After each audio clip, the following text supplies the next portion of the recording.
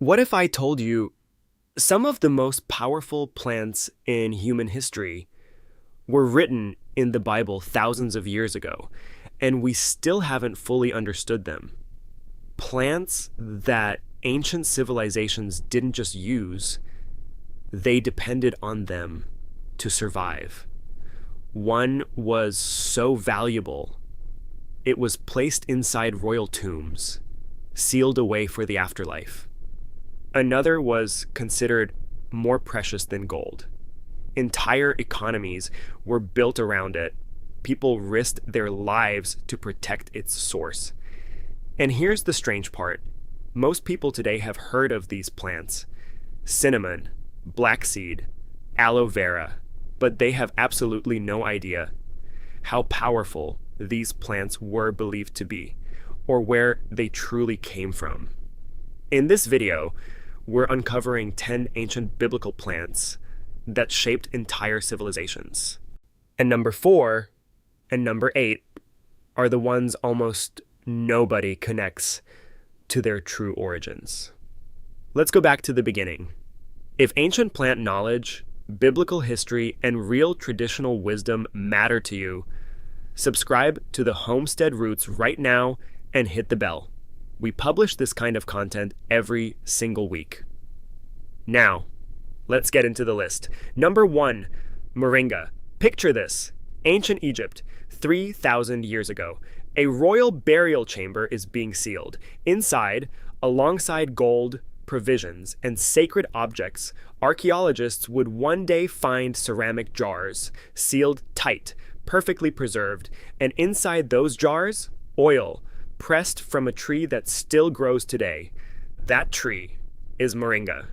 Moringa oleifera is native to the foothills of the Himalayas, but its reach spread fast and far, into Egypt, into Arabia, into the communities that surrounded the biblical world. And the reason it kept appearing across every ancient record is simple. It worked. Ancient Egyptian physicians used moringa oil in topical preparations. They used it to preserve food in one of the most brutal climates on Earth. They considered it valuable enough to carry into the afterlife. Think about that. Not gold, not jewels, oil from a tree. Ayurvedic texts dating back over 3,000 years called it shigru and described it as a foundation of physical strength and nourishment during periods of scarcity. This wasn't just a plant people liked. This was a plant people couldn't afford to live without. Here's what makes moringa genuinely remarkable. Its leaves contain concentrated essential amino acids, the building blocks of protein, iron, calcium, potassium, antioxidant compounds including quercetin and chlorogenic acid. These aren't invented claims. They appear consistently in peer-reviewed botanical research. Modern nutritional programs working in food-scarce regions today have turned to this exact same ancient tree. The knowledge was never wrong. We just forgot it for a while. Today, moringa is available as a dried leaf powder in capsule form or as a loose leaf tea, mild, earthy flavor. Blends easily into smoothies or warm water, used exactly as ancient civilizations used it, as whole food daily nourishment. But here's the thing. What comes next is even older, and its story goes straight to the heart of Scripture itself. Number 2, Hyssop. Number 2 brings us directly into the pages of the Bible. And this one has a mystery at its center that most people never stop to question. Hyssop appears in Exodus, in Leviticus, and in one of the most raw, emotionally charged lines in the entire Psalms, that is Psalm 51, where the writer cries out, "Cleanse me with hyssop." That image was not random metaphor. The Hebrew people had direct, practical knowledge of this plant. The association between hyssop and cleansing wasn't symbolic first. It was observed, lived, trusted across generations, and then it became sacred. Hyssop Hyssopus officinalis, grows in the rocky, arid soils of the Mediterranean and the Middle East. Ancient Israelite and Egyptian communities used bundled hyssop branches as a natural brush in purification rituals, dipping them into water or oil, then sprinkling surfaces and people. Just the plant became so synonymous with cleansing that it was inseparable from the concept itself. And here is where it gets genuinely strange. Modern botanists studying hyssop have found that this association may have had a deeply practical foundation. Hyssop contains volatile oils, including pinocamphone and isopinocamphone, that have been studied in laboratory settings for their antimicrobial properties. What ancient cultures observed through thousands of years of careful experience, botanical science has only recently begun to examine. The knowledge existed first. The science came later. Hildegard von Bingen, the 12th century German abbess and one of the most detailed botanical writers of the medieval world, described hyssop in her Compendium Physica. She associated it with respiratory support and warming preparations. So for centuries, hyssop tea was brewed across European monastic communities during winter. This knowledge was passed down quietly, faithfully, from generation to generation. We've forgotten more than we realize. Today, hyssop is cultivated across Europe, the Middle East, and North America. Its deep violet-blue flowers attract bees and butterflies. As a tea, brewed from dried flowering tops, it carries a slightly minty, bitter, deeply aromatic flavor, one of the oldest plants in recorded human history. Still growing, still here. We are only 2 plants in. And the next one, number 3, is where things get economically extraordinary. Stay with us. Number 3, frankincense. And now we are getting into something most people have never truly understood about the ancient world. You have heard the story. The nativity, 3 gifts: gold, frankincense, myrrh. But here is what most people never stop to ask. Why frankincense? This wasn't just a nice smelling resin. This was a substance so valuable, so strategically important, that the people who knew where it grew kept that information secret for generations. Entire cities became wealthy because they sat on the frankincense trade route. Ancient merchants built walls around that knowledge. People risked their lives to protect its source. And the geographic origin of frankincense, deliberately hidden, commercially weaponized for hundreds of years. This wasn't just a plant, it was economic power. Ancient Egypt burned frankincense as kaiphai, sacred incense used in temples and in the preparation of the dead for burial. The smoke was considered an act of prayer, a bridge between the living and the divine. Ancient Ayurvedic physicians used related Boswellia species and described their role in joint comfort and cognitive clarity. In the Israelite tabernacle worship described in Exodus, frankincense was a required ingredient in the sacred incense blend. Not optional. Required. And here is what modern botanical research has found. The active compounds in frankincense resin, a group of molecules called boswellic acids, have attracted serious scientific attention. Studies have explored their potential association with inflammatory pathway support, entirely consistent with traditional uses recorded across multiple ancient civilizations. Researchers have also investigated Boswellia compounds in connection with cognitive function and neurological wellness. This work is ongoing, but the direction is consistent, sacred for millennia.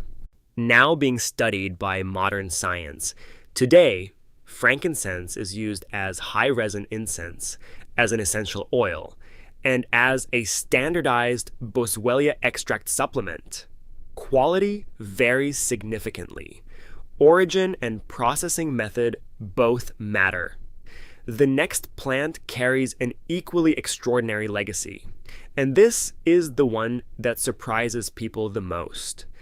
Number 4 is found in Egyptian tombs, mentioned in the Talmud, and endorsed independently by 5 separate ancient civilizations. Don't go anywhere. Number 4, Fenugreek. Here is something almost nobody knows. Fenugreek seeds have been found inside ancient Egyptian tombs, placed there over 3,000 years ago, preserved, intentional. That the same seeds you can buy at any grocery store today were considered valuable enough to carry into the afterlife by one of the greatest civilizations in human history. Think about what that means. The Talmud references fenugreek in the context of dietary and agricultural practice. Hippocrates wrote about it. Roman agricultural texts listed it as a cultivated crop. And here is where this gets genuinely difficult to dismiss. Traditional Ayurvedic medicine in India, with absolutely no contact with ancient Egypt or Rome, used fenugreek seeds extensively for blood sugar balance, digestive comfort, lactation support for nursing mothers. Traditional Chinese medicine incorporated it independently. North African culinary traditions used it as a staple food. 5 completely separate civilizations, no shared communication, all pointing at the same plant, with the same observations. That is not coincidence. That is centuries of careful human observation arriving at the same conclusion. Modern health industry rarely talks about this. And that is exactly the problem. Modern botanical research has identified a compound in fenugreek seeds called 4-hydroxyisoleucine, studied for its potential role in insulin and glucose metabolism. The seeds also contain significant soluble fiber associated with digestive regularity and slower nutrient absorption. And here is the detail that surprises almost everyone. The seeds carry such a distinctive maple-like flavor that fenugreek extract is used by the food industry as an artificial maple flavoring agent. The ancient world knew this plant intimately. We have largely forgotten it. Today, used in Indian and Middle Eastern cooking, available in capsule supplement form, and as a dried herb tea. One of the most historically widespread plants on Earth, still underappreciated, still underused, still waiting. Number 5, pomegranate. Picture a fruit so important to ancient civilizations, they literally carved it into stone.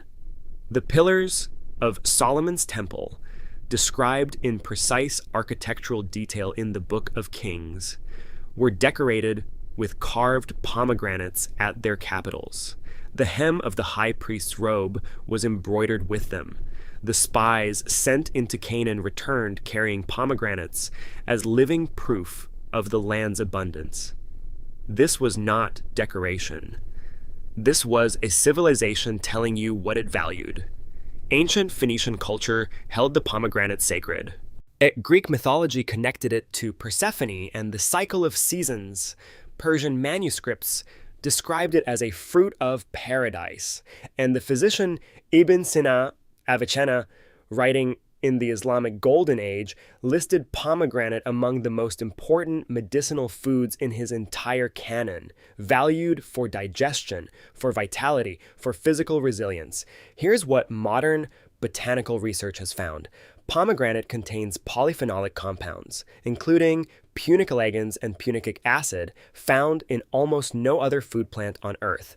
These have been studied in connection with antioxidant activity, cardiovascular function, and inflammatory response. The polyphenol content of pure pomegranate juice has been compared favorably in some studies to red wine and green tea, 2 substances far more commonly discussed in antioxidant research. Why is pomegranate not part of that same mainstream conversation? That is a question worth asking. Today, available as fresh fruit, bottled juice, dried arils, and concentrated extract. If buying commercial juice, watch for added sugar. It dilutes the properties significantly. Pure pomegranate juice is tart, powerful, and exactly what ancient cultures consumed. This knowledge existed long before modern medicine. It was never meant to be ignored. We're halfway through the list, and the next 3 plants are where things get genuinely unexpected. Number 6, olive leaf. What comes next is where things really change. Everyone knows about olive oil. Everyone talks about olives, but almost nobody in mainstream health conversations talks about the leaves. And that is a significant oversight. The olive tree, Olea europea, has been cultivated for at least 6,000 years. Noah's dove returned with an olive leaf. The imagery is so embedded in human culture that most people have never stopped to ask what the leaf itself actually does. This knowledge existed for centuries, and it was quietly passed over. Traditional healers across North Africa and the Mediterranean brewed olive leaves as a tea and used olive leaf preparations in practices related to fever management. Documented in folk medicine records from Spain, Morocco, Tunisia, and Egypt, stretching back several hundred years. This wasn't invented recently. It was written down long before pharmaceutical companies existed. Modern health industry rarely highlights this, and here is why that matters. The key compound identified in olive leaves is something called oleuropein, a bitter compound found in high concentration in the leaves that actually degrades significantly when the olive is processed into oil. In other words, the part of the olive tree that most people throw away contains something the famous oil itself does not. Oleuropein has been studied for potential antioxidant activity, possible cardiovascular support, and its interaction with certain microbial processes in laboratory settings. The research is ongoing, but the traditional knowledge pointed here first. Today, olive leaf extract is taken in capsule form with the oleuropein percentage listed on the label, or brewed as a bitter, aromatic dried herb tea. If you have olive trees near you, fresh leaves, simmered in water, are the most direct form. The story of the olive in human history is one of the longest ever told. Its leaves carry a chapter that most people have never read. Quick note before we continue. Everything in this video is for educational purposes only. These plants are not medical treatments. They are not intended to diagnose, treat, cure, or replace professional advice. Please speak with your doctor before making any changes to your health routine. Now, back to the list. And this next one, this is where history gets genuinely strange. Number 7, black seed, a sealed jar, inside a royal Egyptian tomb, 3,000 years old. And inside that jar, black seeds. That is not mythology. That is archaeology. Black seed, Nigella sativa, was found in the tomb of Tutankhamun, placed there intentionally, preserved for the afterlife. In the Islamic prophetic tradition, it is referenced in the Hadith literature as associated with healing for every condition except death. That statement, written centuries ago, has carried the reputation of this tiny black seed across every generation since. But then, something unexpected happened. Modern science started looking at it seriously. Ancient Ayurvedic medicine used Nigella sativa in respiratory and digestive preparations.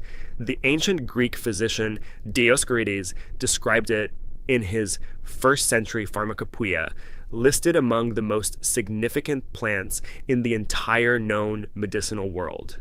And in the ancient Arabian medical tradition, it was considered one of the most important plants in the entire pharmacological canon. Egyptian, Greek, Indian, Arabian, completely separate civilizations. Completely separate medical traditions, all arriving at the same conclusion. This wasn't just a plant. This was survival knowledge, protected, recorded, and passed down for thousands of years. Modern health industry has slowly begun to catch up. The active compound researched most extensively is called thymoquinone, the primary constituent of black seed's volatile oil. It has been studied in connection with antioxidant activity, immune function support, and inflammatory modulation. Research has also explored associations with respiratory wellness, precisely aligned with traditional uses recorded across these ancient cultures. One of the most documented plants in the world, and still shockingly underrepresented in Western mainstream health conversations. Black seed oil is the most widely available form today. Taken by the teaspoon, mixed into honey or warm water, the whole seeds are used across Middle Eastern, South Asian, and North African cooking. This knowledge was never meant to be forgotten. Number 8 is next, and this one will surprise you. Not because it is exotic, but because you have used it today without knowing its true story. Number 8, cinnamon. And now we arrive at the one that genuinely changes how you see your own kitchen. You have used this plant today. Almost certainly, in your coffee, your oatmeal, your baking, probably without thinking about it at all.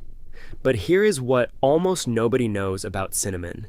It appears by name in the book of Exodus, listed as a specific ingredient in the sacred anointing oil prepared for the Israelite tabernacle and the priesthood. The Hebrew word used is cinnamon. That word is the direct root from which the English word cinnamon descends. The spice sitting in your kitchen cabinet right now was considered sacred enough to be part of one of the most holy preparations in ancient Israelite tradition. And then it gets even more remarkable. In ancient Rome, cinnamon was considered more precious than gold by weight at certain points in history. The Emperor Nero reportedly burned an entire year's supply of cinnamon at the funeral of his wife. An entire year's supply of something worth more than gold. That is the scale of what cinnamon meant in the ancient world. Phoenician merchants deliberately obscured the geographic source of cinnamon for generations to protect their trading advantage. Imagine a spice so economically powerful that knowing where it grew was considered dangerous information. Entire civilizations competed over this. Ancient Ayurvedic tradition used cinnamon in formulas associated with digestive warmth and circulatory support. Traditional Chinese medicine has used cinnamomum cassia bark for thousands of years. Medieval European herbalists wrote about it as a warming, stimulating spice that supported digestion and circulation. Modern nutritional research has investigated cinnamon extensively in connection with blood sugar regulation, looking at compounds including cinnamaldehyde for their possible role in supporting healthy insulin sensitivity and glucose metabolism. One important distinction worth knowing: Ceylon cinnamon, true cinnamon, has a different compound profile from cassia cinnamon. Many studies do not clearly separate the two. For regular daily use, Ceylon is generally considered the preferable form, the most consumed spice on earth, one of the most ancient, once considered sacred, and it has been sitting in your kitchen the whole time. 2 plants left. Number 9 was named in the Song of Solomon and has one of the longest medicinal records in history. And number 10 carries perhaps the most intimate, most dramatic biblical story of any plant on this entire list. Do not go anywhere. Number 9, Aloe Vera, ancient Egypt, 1550 BCE, a document is being written on papyrus, the Ebers Papyrus, one of the oldest surviving medical texts in human history. And inside it, listed among the most important plants known to that civilization, is aloe vera, not as a footnote, as a foundation. The ancient Egyptians called it the plant of immortality, that they used its clear inner gel for skin conditions, digestive complaints, and infections. They incorporated it into the embalming process, and historical records document that Cleopatra herself used aloe gel as part of her daily skincare routine, a detail so specific, so personal, that it has survived 3,000 years of history. In the New Testament, the account of Jesus' burial describes a mixture of myrrh and aloe, brought in a quantity that signals extraordinary value and intentional care. The aloe referenced was almost certainly aloe vera, or a closely related species, familiar throughout the ancient Near East. In a culture where every burial detail carried profound meaning, its inclusion was not accidental. This wasn't just a plant. This was a final act of love, expressed through something trusted for generations. Traditional Ayurvedic medicine calls aloe vera kumari and uses it in formulas associated with liver wellness, digestive health, and skin support. Traditional Chinese medicine uses related aloe species in similar applications. The skin-soothing properties of fresh aloe gel are so well documented, they are not seriously disputed in modern botanical research. One thing worth knowing about using aloe today, the plant has two very distinct parts. The clear inner gel, cooling, soothing, widely studied, is what you want. The yellow latex layer just beneath the skin of the leaf has very different properties and requires real caution in regular use. Pure inner gel products are what to look for, both in topical preparations and drinkable aloe juices. Fresh aloe leaves are available in many grocery stores today. If filleting the leaf directly gives you access to the same inner gel that ancient civilizations documented 3,000 years ago, from the oldest medical texts in history to your grocery store shelf, the knowledge never disappeared. It just waited. And now, number 10, the rarest, the most expensive, and the one with perhaps the most unforgettable biblical story of all. Number 10, Spikenard, a sealed alabaster jar, a woman kneeling. She breaks it open and pours every last drop onto the head of Jesus of Nazareth. The disciples objected immediately. They said the ointment could have been sold for a considerable sum, enough to support the poor for a significant time. That detail is not just theological, it is economic. It tells us exactly what was in that jar and how extraordinary its value was considered to be. That ointment was Spikenard, and almost nobody fully understands what that means. Nardostachys jatamansi, Spikenard, is a flowering plant native to the high alpine meadows of the Himalayas, growing at elevations between 3,000 and 5,000 meters above sea level. Because of where it grows, and the extraordinary difficulty of harvesting and transporting it, Spikenard was among the most expensive aromatic materials in the entire ancient world, more costly than frankincense, rivaling the rarest spices on the trade routes connecting India to Egypt to Rome. When that woman broke that alabaster jar, she was not making a modest gesture. She was pouring out something that represented an almost unimaginable act of devotion, an act so striking that it was recorded by multiple witnesses, preserved across 2,000 years. This wasn't just a plant. This was survival wealth, sacred wealth, poured out completely.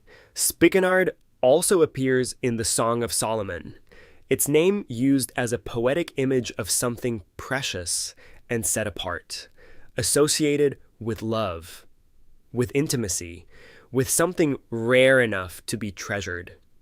In ancient Ayurvedic medicine, Spikenard root was used in formulas associated with nervous system calm, sleep support, and cognitive wellness.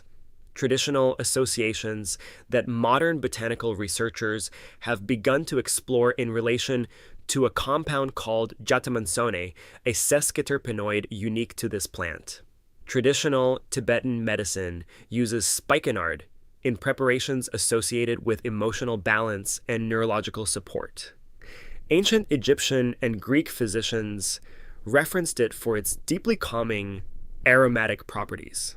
But today, genuine spikenard essential oil is among the rarer and more expensive plant oils available.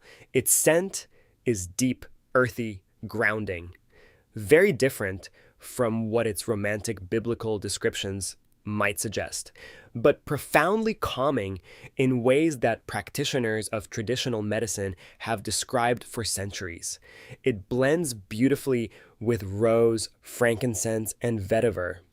Used in high-end natural perfumery and in aromatherapy practices focused on calm and grounding.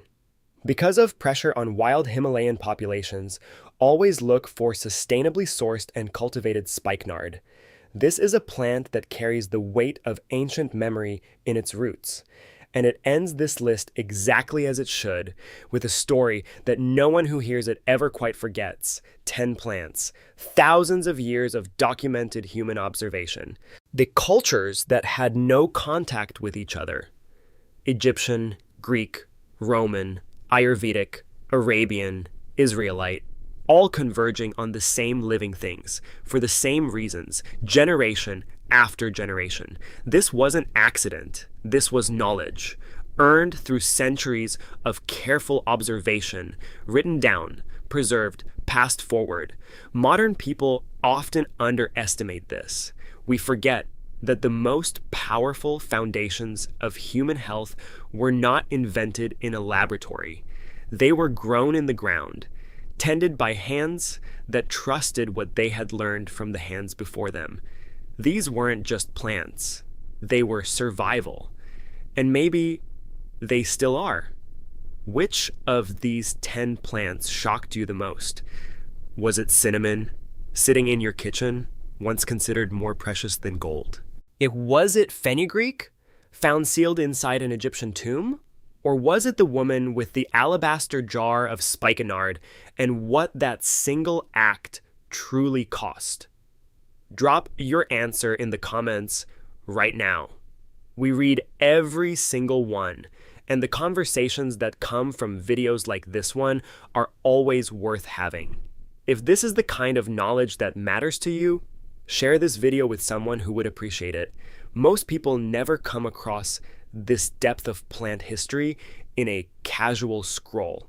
Putting it in front of the right person means something real. And if you want to keep going deeper into traditional plant wisdom, ancient agricultural knowledge, and the practices that have quietly supported human resilience for centuries, subscribe to the Homestead Roots. New content every single week, built on real history. Real research, real respect for the knowledge that came before us. We will see you in the next one.